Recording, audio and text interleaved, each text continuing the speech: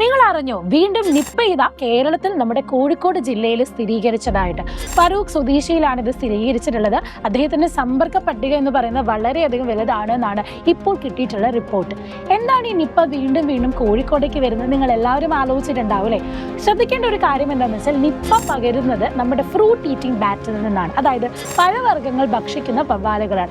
ഏകദേശം ഈ ഒരു റീജിയനിൽ കൂടുതലായിട്ട് കാണുന്നതാണ് ഇത്തരം വവ്വാലുകളെ.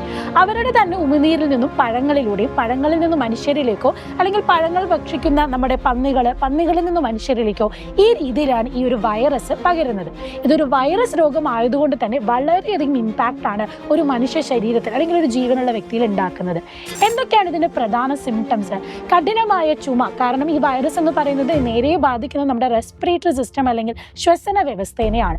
അതുകൊണ്ട് തന്നെ നമുക്ക് ശ്വസിക്കാനുള്ള ബുദ്ധിമുട്ട്, കഠിനമായ ചുമ, തൊണ്ടവേദന, കൂടാതെ നെർവസ് സിസ്റ്റത്തിനെയും ഇത് ബാധിക്കും. അതുകൊണ്ട് തന്നെ തലവേദനയൊക്കെ ഭയങ്കര കഠിനമായിട്ട് വരാറുണ്ട്. അപ്പോൾ ശ്രദ്ധിക്കേണ്ട കാര്യം എന്താണെന്ന് വെച്ചാൽ, നമ്മൾ ആദ്യം തന്നെ ഇതിനുള്ള പ്രിക്കോഷൻസ് എടുക്കുക എന്നുള്ളതാണ്. മുൻപേ നമ്മൾ ഇതിൻ്റെ കാരണങ്ങളൊക്കെ പഠിച്ച് നമ്മൾ നല്ല രീതിയിൽ മുന്നോട്ട് വന്നതുകൊണ്ട് തന്നെ നിങ്ങൾക്ക് എല്ലാവർക്കും അറിയാം, നമ്മൾ പ്രധാനമായിട്ടും ചെയ്യേണ്ട കാര്യം ഒരു ഡിസ്റ്റൻസ് കീപ്പ് ചെയ്യുക എന്നുള്ളതാണ്. പേഴ്സണൽ ഹൈജീൻ കീപ്പ് ചെയ്യുക എന്നുള്ളതാണ്. ഇത്തരത്തിൽ പഴങ്ങളൊക്കെ വാങ്ങി കഴിക്കുമ്പോൾ ശ്രദ്ധിക്കണം, എവിടെന്നെങ്കിലും കിട്ടുന്ന പഴമൊന്നും എടുത്ത് കഴിക്കരുത്. കുട്ടികൾ പ്രത്യേകിച്ച് ശ്രദ്ധിക്കേണ്ട കാര്യമാണ്. കിട്ടുന്ന പഴങ്ങളൊക്കെ നമ്മൾ എന്ത് ചെയ്യുക, നല്ലോണം കഴുകി വൃത്തിയായത് തന്നെ സൂക്ഷിച്ച് കഴിക്കാനായിട്ട് ശ്രദ്ധിക്കുക. രണ്ടാമത്തെ കാര്യം എന്ന് പറയുന്നത്, നമ്മൾ മറ്റുള്ളവരുമായിട്ടുള്ള പേഴ്സണൽ കോണ്ടാക്ട് വരുന്നതാണ്. കാരണം നമ്മുടെ ഉമിനീരിലൂടെയും വാട്ടർ ഡ്രോപ്ലെറ്റ്സിലൂടെ അല്ലെങ്കിൽ ബോഡി ഫ്ലൂയിഡ്സിൻ്റെ ഡ്രോപ്ലെറ്റ്സിലൂടെ എന്ത് ചെയ്യാം, ഇത് പകരാം. അതുകൊണ്ട് തന്നെ പുറത്തൊക്കെ പോകുമ്പോൾ മാസ്ക് ധരിക്കുക. രണ്ടാമത്തെ കാര്യം എന്ന് പറഞ്ഞാൽ, നമ്മൾ പുറത്ത് പോയി മറ്റുള്ളവരുമായിട്ട് ഇടപെട്ട് കഴിഞ്ഞ് തിരിച്ച് വീട്ടിൽ വരുമ്പോൾ ഉടനെ തന്നെ കൈയും മുഖവും ഒക്കെ കഴുകുക. എന്നിട്ട് മറ്റുള്ളവരായിട്ട് എന്ത് ചെയ്യുക, അല്ലെങ്കിൽ വീട്ടുകാരുമായിട്ട് നമ്മളായിട്ട് കോണ്ടാക്ട് ചെയ്യാൻ ശ്രമിക്കുക.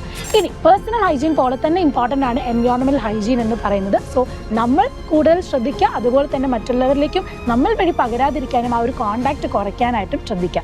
ഇത് കൂടാതെ തന്നെ ഇപ്പം വന്നിട്ടുള്ളതാണ് ഷിഗല്ല എന്ന് പറയുന്ന ഒരു ബാക്ടീരിയൽ ഡിസീസുമാണ്.